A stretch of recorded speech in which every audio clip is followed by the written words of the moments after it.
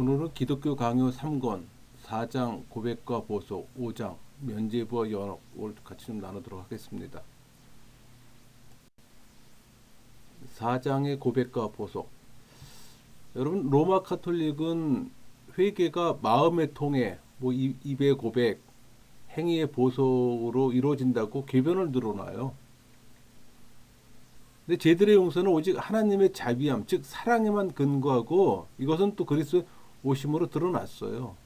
그러니까 이 사실을 숨기기 위해 고백과 보석으로 죄들의 용서에 대한 어떤 불완전한 확신을 심어주고 있어요. 여기서 보석이라면 이제 만족이라는 개념입니다. 신앙에서 가장 중요하게 알아야 할 것은 죄들의 용서예요. 그러니까 무슨 방법, 무슨 규칙, 무슨 조건으로 용서를 얻는지, 그것이 쉬운지 또는 어려운지 올바로 파악하고 붙잡는 것이 중요합니다.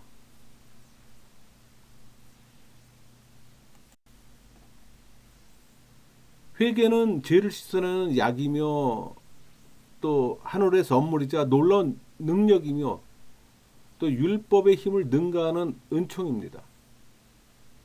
회개 자체가 죄사함의 원인이 되는 건 아니에요. 오직 주님의 자비만이 우리를 자유롭게 합니다. 누가복음 4장 18절 주의 성령이 내게 임하셨으니 이는 가난한 자에게 복음을 전하게 하시려고 내게 기름을 부으시고 나를 보내서 포로된 자에게 자유를, 눈먼 자에게 다시 보게 함을 전파하며 눌린 자를 자유롭게 하고 또 수고롭고 무거운 짐을 벗어주세요. 우리 마태복음 11장 28절 수고하고 무거운 짐자들아 다 내게로 오라. 내가 너희를 쉬게 하리라. 그러니까 로마 카톨릭의 주장은 회개 자체를 선행의 의로 여기는 이 공로주의로부터 기인합니다. 그러니까 마음의 통해 자체가 회개의 은총을 받기 위한 공로가 되지를 못해요. 그 회개에 있어서 이 마음을 찢는 그 자체에서 능력을 찾는 것보다 하나님의 구속의 은총을 찬송함이 더 합당합니다.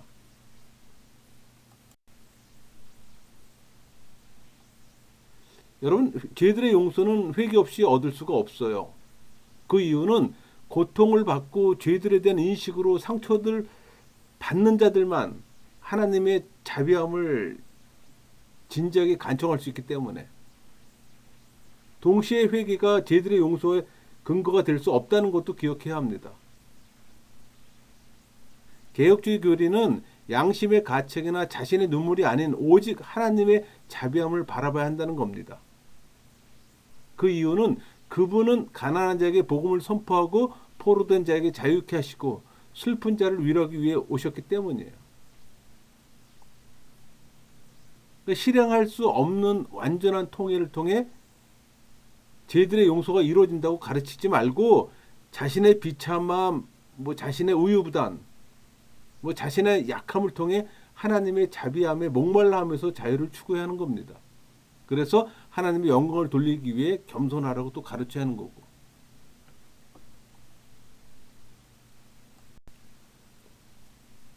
죄를 제사장 앞에서 고백할 필요는 없어요. 왜? 주님께서 다 이루셨기 때문에.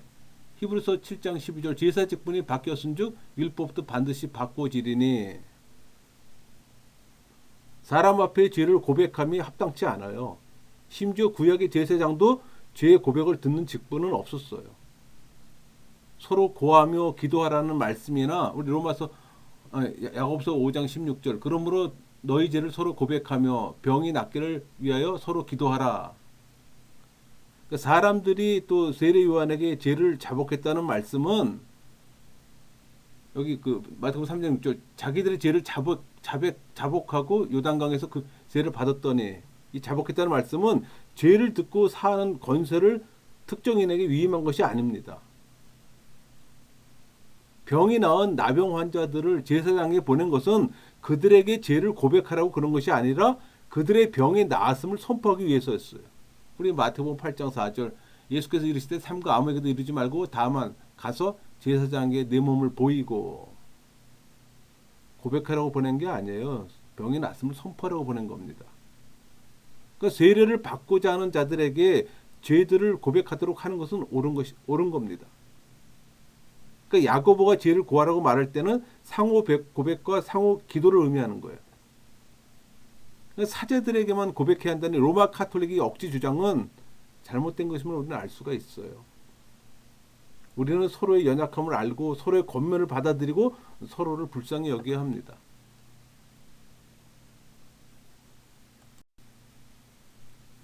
여러분, 성경적인 개인적 고백은 두 종류가 있어요. 우리 자신을 위한 겁니다. 야고보서 5장 16절, 그러므로 너희 죄를 서로 고백하며 병이 낫기를 위하여 서로 기도하라. 그러니까 자신의 연약함을 서로에게 공개해 상호간의 권면과 위안으로 돕도록 하는 고백이 있는 겁니다. 또 하나는 우리 이웃을 위한 거예요. 그러니까 우리의 잘못으로 인해 그가 상처를 받았다면 그를 달래서 화해하고자 하는 고백이 있어요. 그러니까 이웃을 위한 이 개인적 고백에 대해 설명하면 자신이 저지른 잘못을 인정하고 또 용서를 구하고 우리의 범죄를 끼얹은 사랑이 치료되는 걸 의미합니다. 우리 마태복음 5장 23절 24절, 내 형제에게 원망 들을 만한 일이 있거든 생각나거든 예물을 제단 앞에 두고 가서 먼저 형제와 화목하고 그 후에 와서 그 예물을 드리라. 이렇게 증거하잖아요. 또 교회 전체의 죄를 범한 것도 이 범죄에 해당됩니다. 고린도서 2장 7절, 그런데 너희는 차라리 그를 용서하고 위로할 것이니 그가 너무 많은 근심에 잠길까 두려워하노라.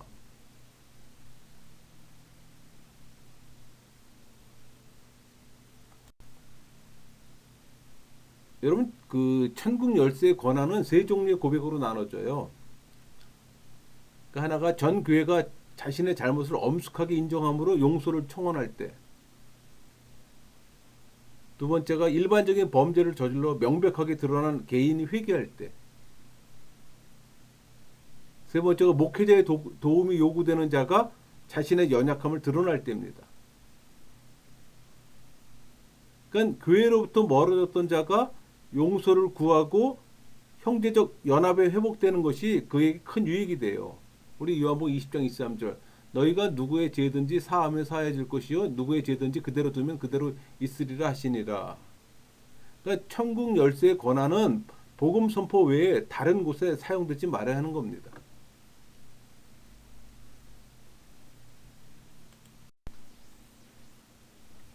세리의 기도는 자신을 철저히 죄인이라고 고백했어요. 하나님의 자비에만 의존하는 고백입니다. 그러니까 주님 앞에 우리가 할 수 있는 한 많이 쏟아내야 하는 거예요. 그래서 한마디로 죄인이라고 고백할 뿐 아니라 진실하게 그걸 인정해야 합니다. 그러니까 우리의 불결만 아니라 그 불결함이 얼마나 크고 다양한지 인지해야 하는 거예요. 또 우리가 빚진 자일 뿐만 아니라 그 빚이 얼마나 무거운지 또 고백해야 합니다. 하지만 이런 고백과 함께 하나님 앞에 자신을 쏟아낼 때 죄들이 여전히 남아있고 또 자신의 악들이 깊이를 측량할 수 없다는 것을 진작에 생각해야 합니다. 이런 측면에서 시편 19편 12절, 자기 허물을 능히 깨달는 자 누구리요? 나를 숨은 허물에서 벗어나게 하소서. 이 말씀을 이해할 수가 있는 거예요. 오직 찬송을 하나님께만 드리듯이 제 고백도 그래야 합니다. 여러분, 열쇠의 권한은 주님의 교회에 주신 말씀을 선포하는 권능을 의미하는 것이지 사제에게 사제권을 부여한다는 건 아니에요. 로마 카톨릭이 채용하는 모든 규칙들은 교리를 희미하게 해요. 또 부패시키고 자신들의 범죄를 덮는 것들입니다. 죄사함에 이르는 회개는 그리스도의 믿음으로 그리스도의 의를 전가받아서 구원에 이르게 되는 생명의 능력이 있어요. 그러므로 이 회개로 말미암아 죄가는 용서받았으나 여전히 형벌이 보류되어 있으므로 그것이 같아야 된다는 로마 카톨릭의 사상은 은혜의 교리 자체를 뒤집는 겁니다. 죄사함은 값없는 용서로 인한 겁니다. 우리 이사야 52장 3절, 여호와께서 이와 같이 말씀하시되 너희가 값없이 팔렸으니 돈 없이 속량되리라. 또 로마서 3장 24절, 그리스도 예수 안에 있는 속량으로 말미암아 하나님의 은혜로 값없이 의롭다 하심을 얻는 자가 되었느니라. 값없는 용서로 이루어지는 거예요. 오직 그리스도가 하나님의 어린 양으로서 우리를 위한 물음이 됐어요. 그러므로 우리로부터 오는 보석은 가당치 않습니다. 그러니까 로마 카톨릭은 그리스도의 대속적 공로를 말미암아 이 물음을 보속이라고 번역해요. 이에 대한 배상을 치른 걸 성도의 또 공로에 또 적용시키고. 그러니까 로마 카톨릭은 보속의 공로로 전가의 은혜를 대체하는 거예요. 그러니까 구원에 인간의 행위가 들어가는 겁니다. 근데 우리 개혁교회에서는 우리의 구원은 인간의 행위하고는 전혀 상관이 없는 하나님의 은혜의 선물이잖아요. 하나님의 좋으신 뜻에 이루어지는 선물이잖아요.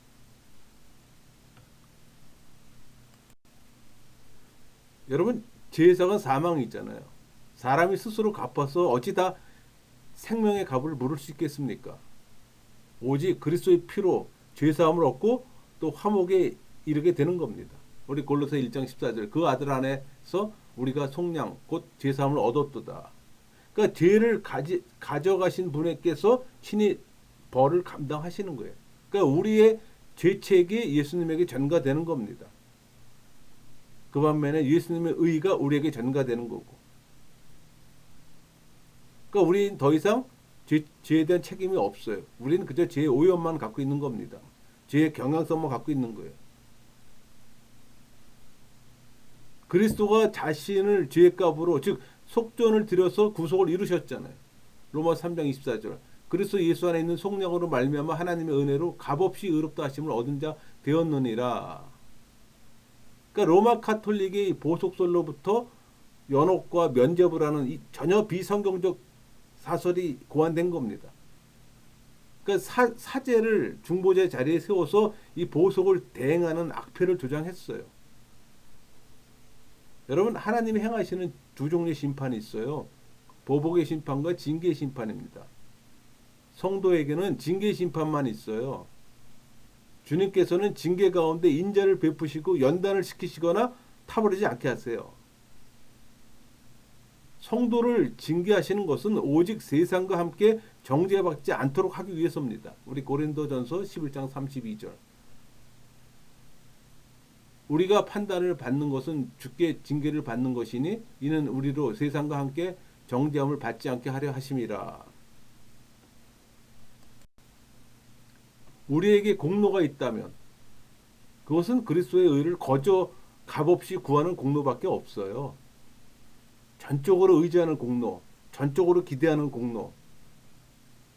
그것은 사실 공로가 아닙니다. 모든 것이 다 하나님의 은혜예요. 근데 이 스콜라주의는 신앙을 이성으로 이해하려고 한 이 유럽 중세기의 신학 중심의 철학이에요. 신학도 아닙니다. 철학이지. 그러니까 우리가 죄를 고백하면 하나님의 자비에 따라 이 죄책을 용서받지만 공의의 법에 따라 그 벌을 받아야 되는데 눈물이나 뭐 예물, 금식, 자선 행위 등 행위의 공로로 값을 치러야 한다고 주장하는 게 로마 카톨릭이 주장하는 겁니다.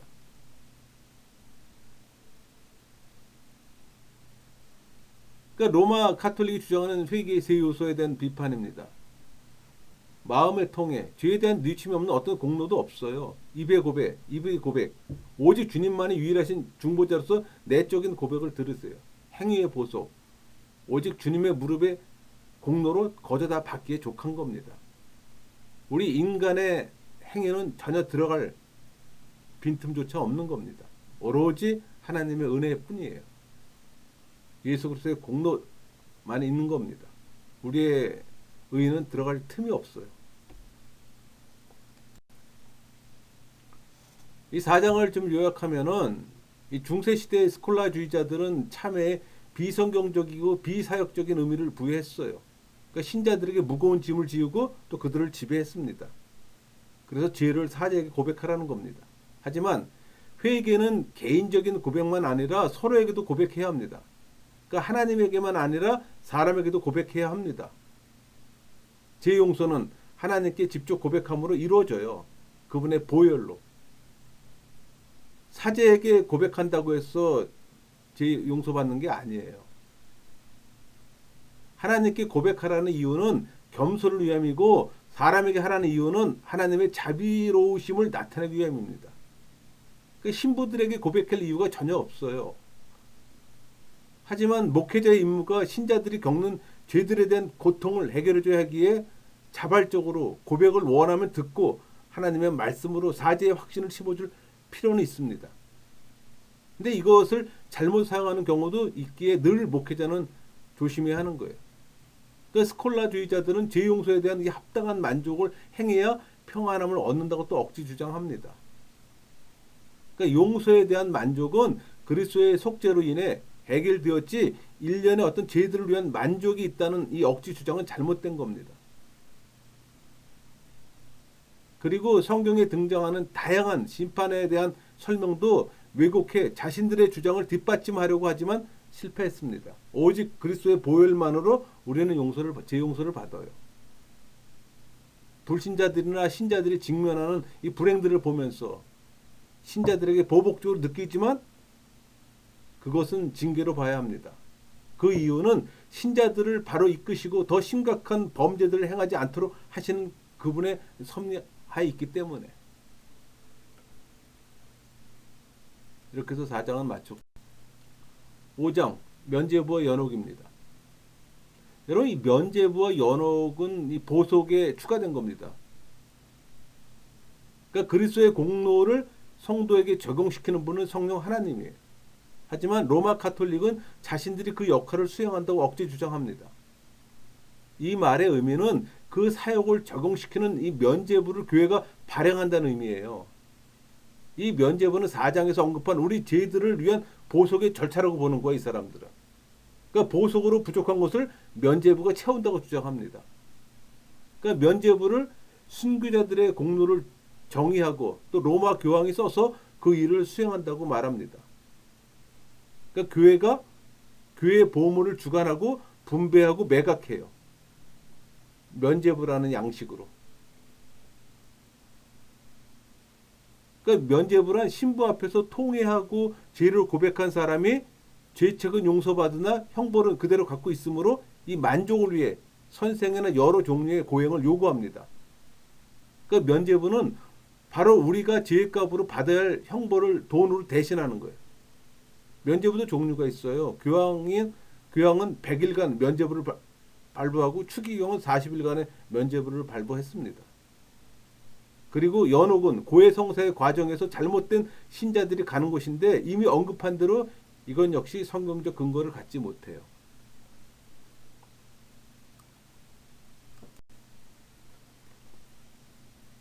또 로마 가톨릭 교회의 고해성사를 비판합니다.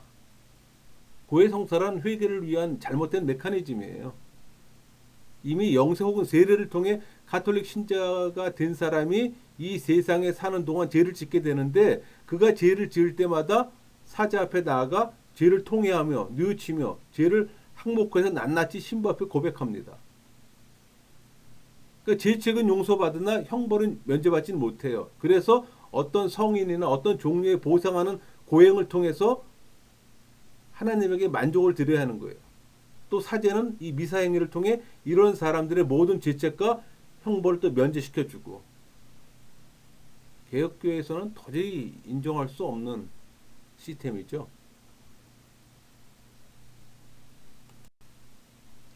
그러니까 로마 가톨릭이 말하는 연옥은 천국과 지옥의 중간에 위치합니다.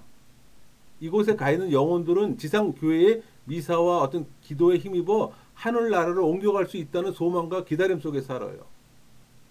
그러니까 사람이 죽은 뒤에도 영혼이 죄에 대해 보속을 치르는 거예요. 그러니까 자기의 어떤 행위로 하나님의 의를 만족시켜야만 완전히 용서받을 수 있다는 교리가 이 보속교리입니다. 이 보속, 라틴어로 satisfactio, 넓은 의미로 손해의 배상이란 뜻이에요.